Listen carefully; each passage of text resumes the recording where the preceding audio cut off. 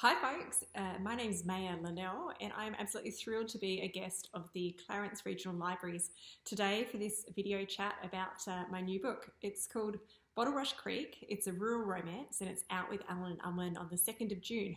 So today I've got a few questions to answer from different library users, which I'm really thrilled about, but I thought I'd start by having a bit of a chat about who I am, what I write and what I'm into when I'm not writing. So Bottlerush Creek focuses on Angie McIntyre.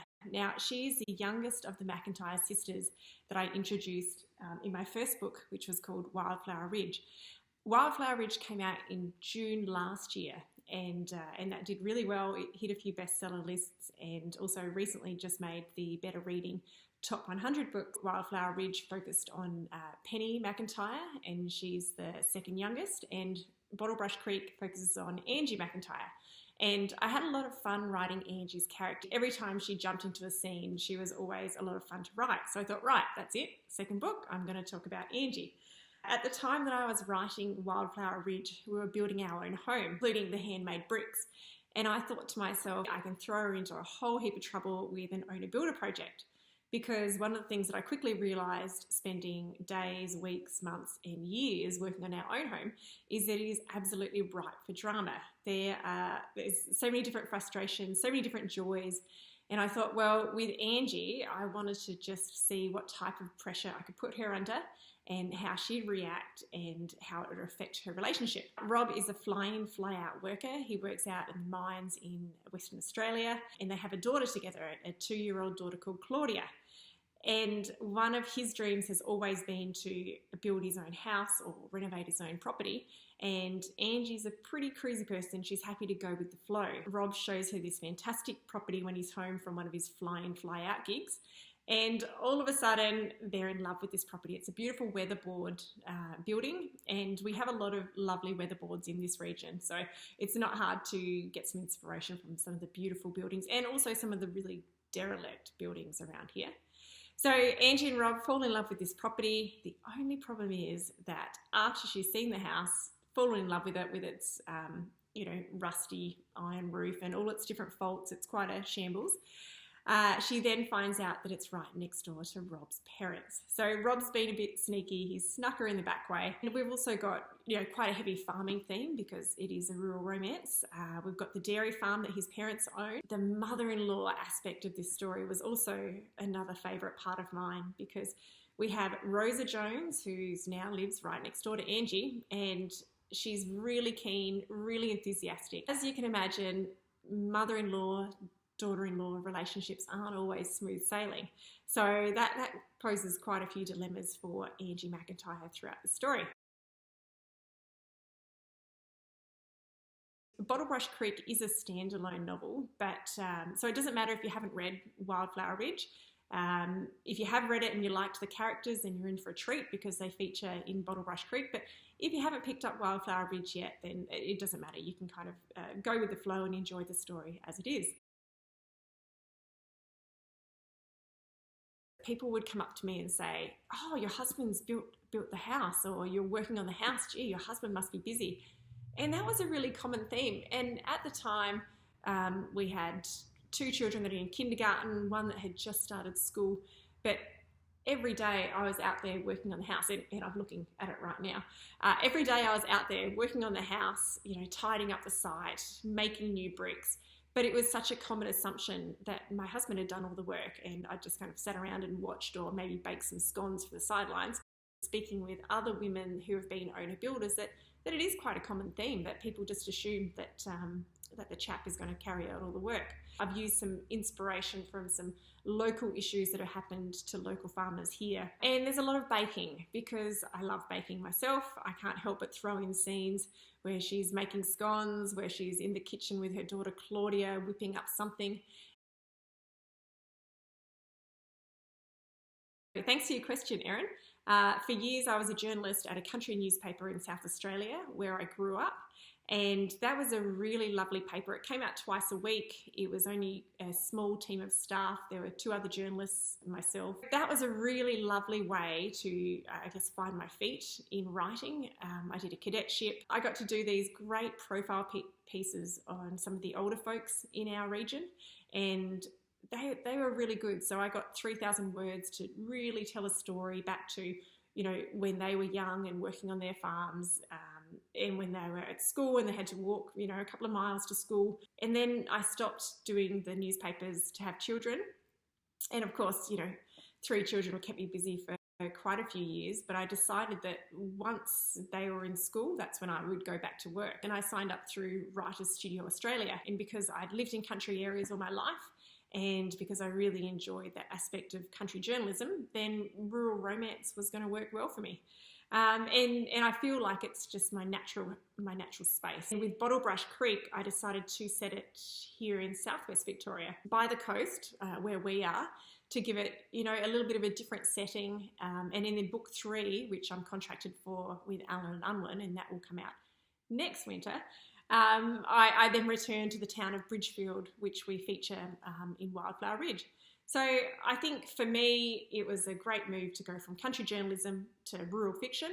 And I've always loved romance novels as well, and I love reading rural romance stories because I feel like it talks a lot about important issues, but it's not going to slap you in the face with them. So you know you're going to get a happy ending. And for me, especially in a time like now, I think that's a really nice thing to be able to guarantee your readers.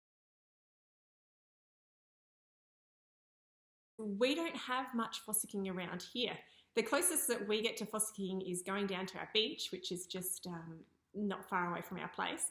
And we go and look for shark's teeth. And we've been lucky enough to find some of these beautiful black shark's teeth, which are, you know, ancient fossils from long, long ago. But in terms of gold and gems, it's not really the right country for it down here. Perhaps it could be in book 4, which will be about the oldest McIntyre sister, Diana. If you're looking for a story that's got a bit of gold fever in it, I just finished the new one from Nicole Hurley-Moore, and it's called The McAllister Legacy. That'll be out, I think it's August. So if you're after a bit of a gold story, then that's a good one for you. Having all the children home means that I don't have my normal office inside our house that I normally work from. It's an open plan upstairs office. So it's great when the children are at school, which is when I normally write, but it's not so ideal for when everyone's at home and my husband's doing a bit of work from home too. So at the moment, it is a little bit challenging. The way I've been getting around it is I've been getting up really early, go for a walk, do some exercise, get my brain into gear, and then I'll write before school starts. So the kids have to get themselves breakfast, they have to get themselves dressed and hopefully make their beds before 9 o'clock. And before, when I was writing Wildflower Ridge and Bottlebrush Creek, I was of the mindset that a good day looked like 2,000 words for me. Whereas since the whole COVID thing has happened, let that slide down to about 1,000 words a day. And, you know, some days I don't get there. It just, it can be a bit of a write-off, and I have to say, okay, everyone, we're going out down the paddock, we're going to go collect some kindling, or we're going to go jump on the trampoline. So yeah, I think it's a mixture of trying to have my routine in place so that I can write quiet, uninterrupted. I was very much looking forward to coming and seeing you guys in July. But that's obviously not happening now, but I can come to you in the comfort of your lounge room. So I think that's a pretty neat compromise, that we can do all these fantastic online events as well. Now, anyone who's read my books or followed my social media, Instagram or my Facebook, will know that I love to cook and bake. I love cooking biscuits. I really love a good pavlova. There's a coconut cake, which I talk about in Bottlebrush Creek, and it's right towards the end of the book, and Angie is baking with her little daughter Claudia, who's 2.5, and they're making this wonderful 4-ingredient cake. And that was a recipe that I taught my daughter when she was learning how to bake. And I'm also working on a bit of a series for YouTube. So if you really like the coconut cake, by the time this video goes to air, we will have a recipe and a tutorial on my website to make the coconut cake. My son, he loves a bit of baking as well, so he's got a tutorial up there for microwave chocolate self-saucing pudding. We've got plenty of roses, we've got lots of native plants as well. I love the dahlias, they're just great. I've just pulled out all of my dahlia plants, and there's lots of bulbs in there as well. So I also have different veggies, a huge strawberry patch. I quite like pulling out the sewing machine. My nana both of my nanas were sewers. My mum was always sewing us clothes when we were kids. So I made these beautiful skirts to take to my author talks. So I've got one with puppy dogs, one with big colourful donuts, lots of different skirts that I've made, especially for this book tour that's not happening, which you can't see.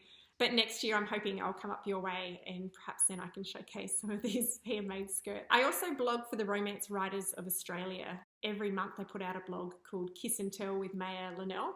I get to read heaps of different fantastic Australian books, as well as my normal diet of books from the library. I love libraries. I've always been a very keen library person. I've just started a Carly Lane book, and I'm sure a lot of you know her as well. She writes fantastic rural romances. So her new book called Fool Me Once, I'm very lucky I got a chance to interview Carly talking about her new book. So one of the most common questions that I get is, what is your favourite thing about being a writer?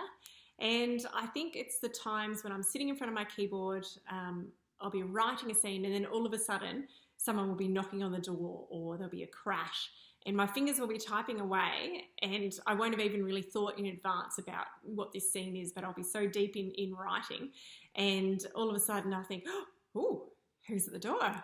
What have they got? What are they holding?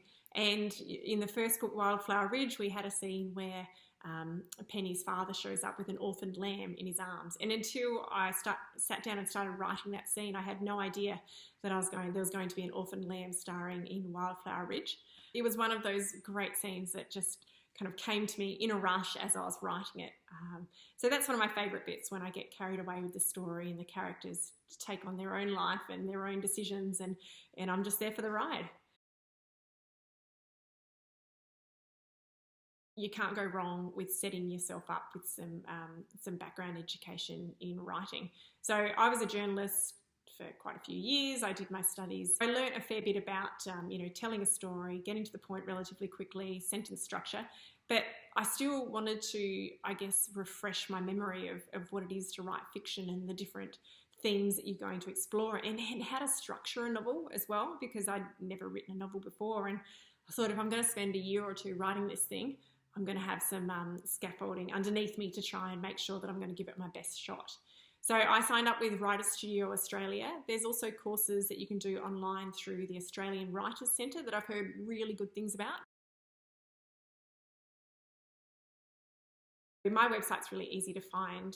It's mayalinnell.com. I have updates of the different blog interviews that I've done with the different authors. I've also got a newsletter, so if anyone fancies a little slice of reading, writing, baking, country living goodness in their inbox every month, then sign up to that. I usually have giveaways every month or two. If anyone's got any questions, I'd absolutely love to hear from you. I love hearing from readers. So if you're after Bottlebrush Creek, it's out in all good bookstores. You can ask your local bookstore to order it in. You can ask your fabulous library staff to put a copy on reserve for you. It's also available on ebook and also as an audiobook. Happy reading, guys. Happy writing, and take care.